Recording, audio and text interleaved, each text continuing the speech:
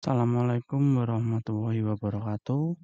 Selamat pagi, selamat berjumpa dengan saya di pelajaran sejarah Indonesia kelas 10. Nah, kita bisa lihat kita akan mempelajari tentang sejarah Indonesia. Nah, kenapa kita harus mempelajari sejarah? Kenapa? Nah, apa ada yang tahu? Karena sejarah itu adalah sebuah masa lalu ya. Jadi setiap orang itu pasti punya masa lalu. Jadi sejarah itu digunakan untuk mempelajari kesalahan-kesalahan yang ada di masa lalu, kelemahan-kelemahannya dipelajari, kebaikannya dipelajari, untuk mencapai masa depan yang lebih baik. Contoh seperti ini, ketika kita pernah jalan, kita melewati jalan yang licin, kemudian kita terpeleset jatuh. Di masa yang akan datang, apakah kita akan mengulangi lagi sengaja jalan di tempat yang licin agar jatuh? Nah, itu adalah salah satu hal.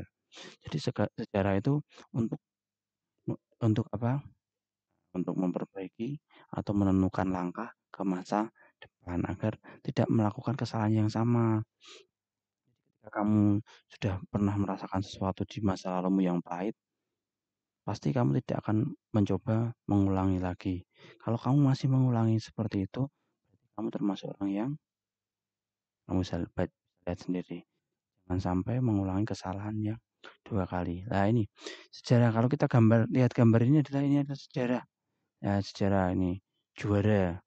Ibarat kamu pernah mendapatkan juara, wah kamu mencetak sejarah baru sebagai orang Indonesia yang memperoleh juara di mana-mana. Sejarah itu pasti seperti itu. Nah, kita akan bicara tentang manusia dan sejarah. Apa sih manusia? Siapa sih manusia? Kita adalah manusia, ya. Sejarah itu kalau dalam bahasa Inggris history, history ya, pengalaman.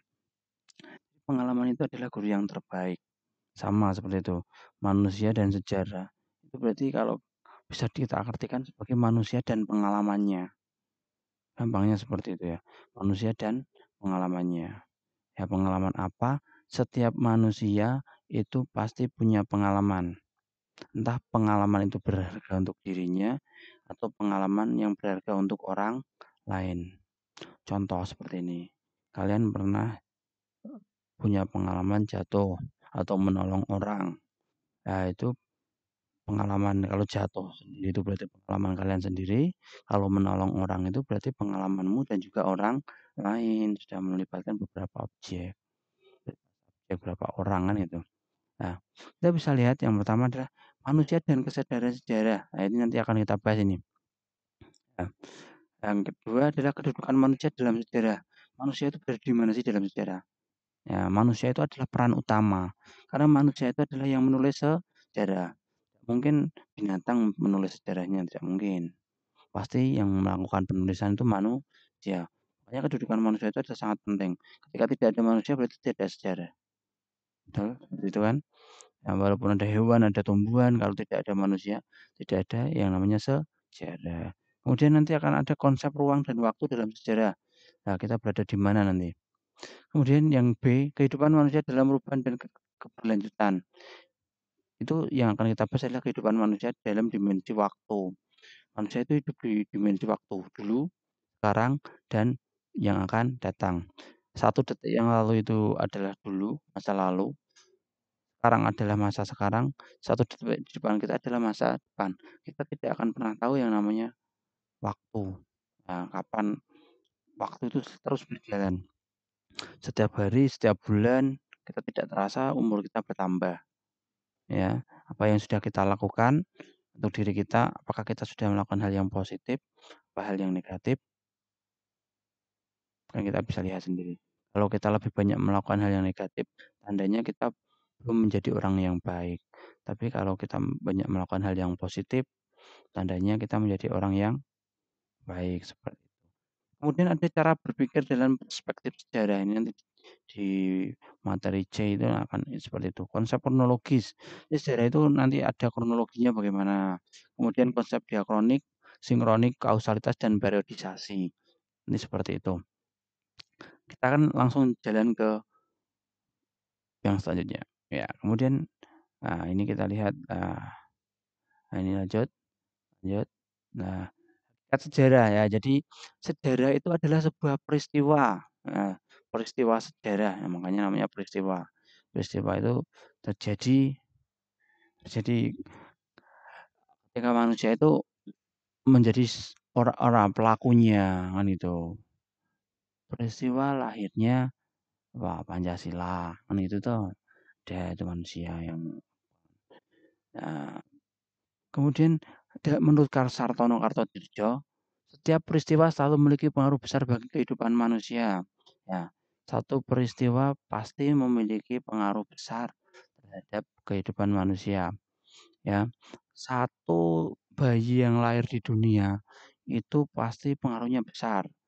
Contoh seperti ini, kamu lahir di dunia, kemudian ibumu melakukan selamatan, ya, membagikan makanan, kemudian kamu didaftarkan ke Disduk Capil sebagai putra membuat akte dapat pekerjaan. Akte itu dari kertas, membuat kertas juga dapat pekerjaan baru. Kemudian kertas itu dari pohon-pohon ya, penebang pohon juga dapat penghasilan baru kan seperti itu. Jadi satu peristiwa itu pengaruhnya sangat besar, tapi kadang tidak ekspos, nah kan itu. Hanya peristiwa-peristiwa yang penting saja yang biasanya terekspos. Contoh seperti gambar di sini adalah Reformasi 98. Nah, Reformasi 98 itu terjadi karena adanya ketidakcocokan. Nah, berarti tidak cocok. Masyarakat tidak cocok with pemimpinnya. Makanya mereka melakukan reformasi. Itu pergantian formasi itu tatanan. Berarti tatanannya diganti. Ditata ulang Indonesia itu ya. Makanya sampai seperti ini mahasiswa, kemudian rakyat sipil saling tumpah ruah di sini, tentara, polisi, dan orang-orang berkepentingan lain. Nah, untuk kemudian membuat suatu gerakan di sini ya, gerakan makar itu. Ini bukan makar, hanya penggulingan kekuasaan saja. Ini kegiatan ini reformasi ini menjadikan Indonesia itu menjadi negara yang kena krisis yang besar sekali. Sehingga dolar itu dulu waktu itu hanya 3 ribuan, bisa mencapai 17.000 setelah terjadinya reformasi ini. Kemudian sejarah sebagai kisah. Nah, merupakan hasil rekonstruksi dan upaya menghadirkan kembali peristiwa masa lalu melalui berbagai media. Jadi kisah sejarah itu kan didapat itu dari sumber-sumber itu tidak langsung melihat, ya gitu. Kemudian direkonstruksi lagi, diceritakan ulang. Jadi buat suatu kisah supaya menarik, supaya orang itu mau membaca, ya kan? Kan tidak mungkin kalau sejarahnya ditulis kaku seperti itu, orang itu pasti nggak mau membaca. Ya. Kalimatnya sudah diperbaiki dan ini biasanya ditulis oleh ahli-ahli. Jadi kalau dalam sejarah itu ada peneliti, penulis dan penyampai. Kalau peneliti itu yang melakukan penelitian, kemudian penelitiannya disampaikan kepada penulis. Ya, penulis itu kemudian dari penulis disampaikan kepada penyampainya, penyampai materinya yaitu guru. Jadi guru itu sebagai penyampai atau eh, bahan istilahnya fasilitas terakhir dalam melakukan pembelajaran. Tapi sekarang lebih banyak lagi. Sekarang dari penulis saja bisa langsung ke siswa karena lewat Google ya. Nah, ini kamu akan lihat kesimpulan apa yang diperoleh dari penjelasan tersebut. Nah, nanti itu PR buat kamu. Lanjut. Kedudukan manusia dalam sejarah. Nah, manusia sebagai objek. Nah, ini seperti tadi yang saya sampaikan, manusia adalah pemeran utama, ya kan? Ya, peran utama. Di pemeran utama. Sejarah adalah kisah tentang manusia dalam kaitannya dengan ruang dan waktu. Nah, ini yang pertama disebut adalah kisah tentang manusia. Ya, karena manusia itu adalah pemeran utamanya dalam sejarah dan kaitannya dalam ruang dan waktu. Manusia hidup di ruang. Tempat kita hidup itu di ruang dan waktu. Waktu yang berjalan waktu itu ya kemarin, sekarang, yang akan datang seperti itu. Kemudian subjek sejarah. Manusia berkontribusi dalam penelitian dan penulisan sejarah. Kisah sejarah tidak mungkin hadir tanpa adanya manusia yang meneliti tersebut. Nek ora ono menungso ora bakal ono sing jenenge sejarah. Karena tidak ada yang menulis, tidak ada yang meneliti, tidak ada yang menyampaikan.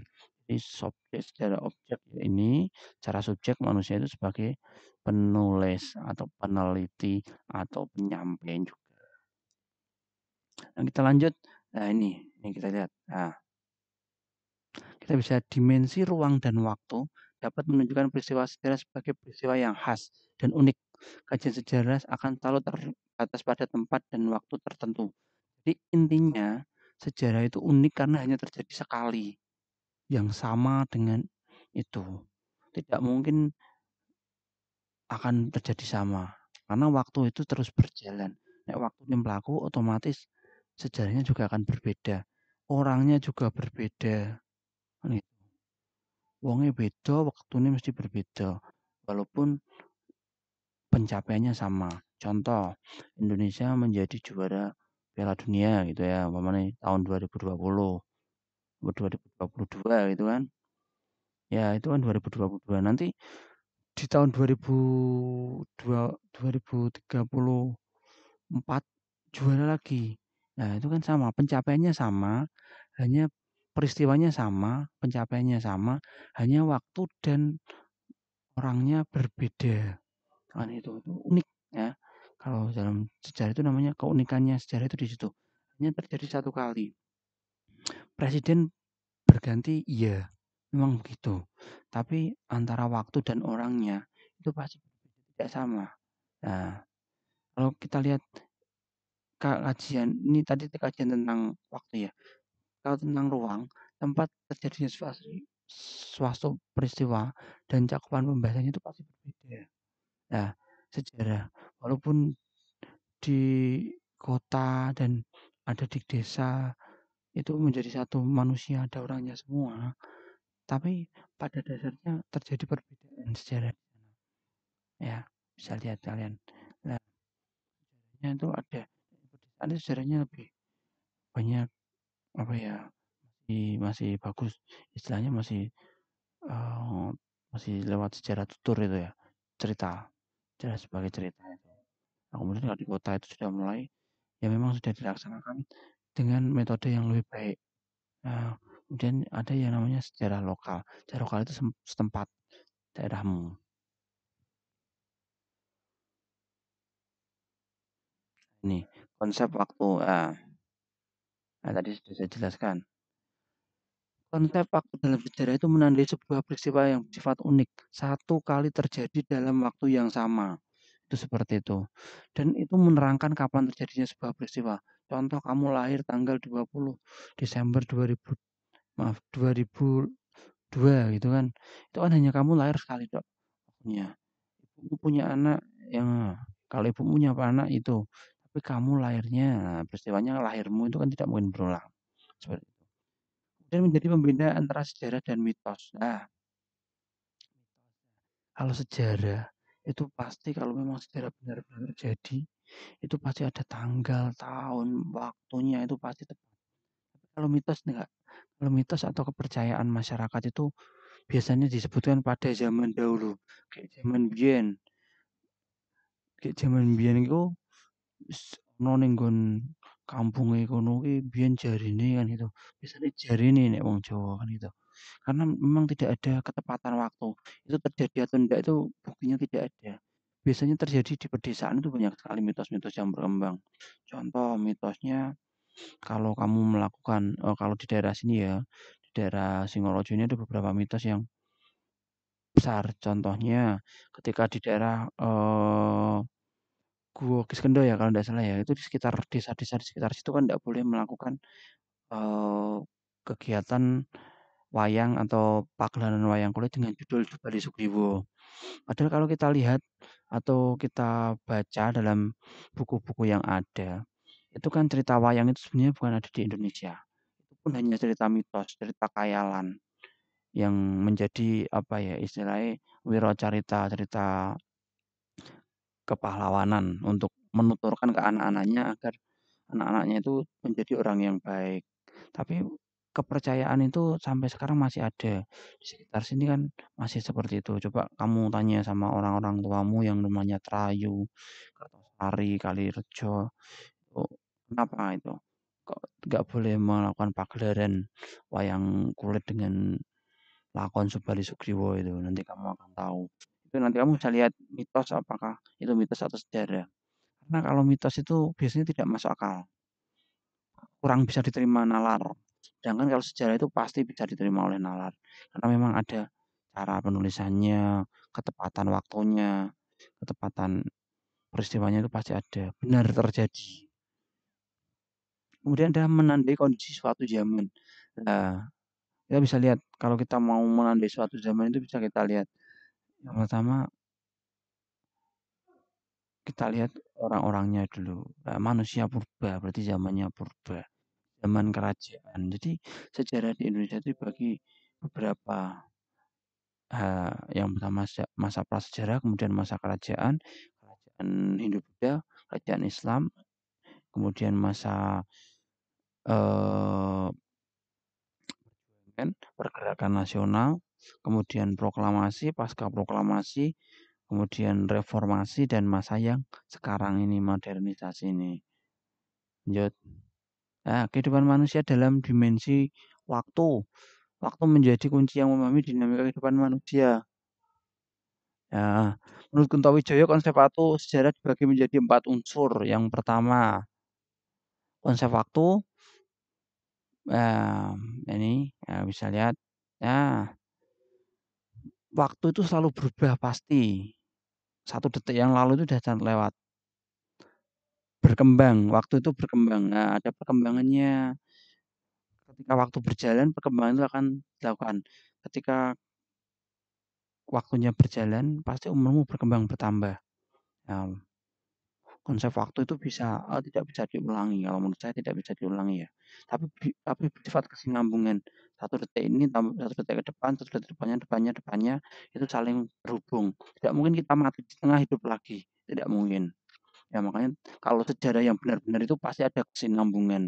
Dek kuwi carane antarane peristiwa sana, peristiwa sini, peristiwa situ kalau memang terjadi dalam satu waktu yang sama, itu pasti bisa dihubungkan. Ya, ora menurut Jarini kan gitu.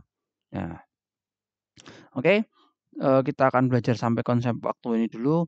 Sekian dulu materinya. Assalamualaikum warahmatullahi wabarakatuh. Terima kasih.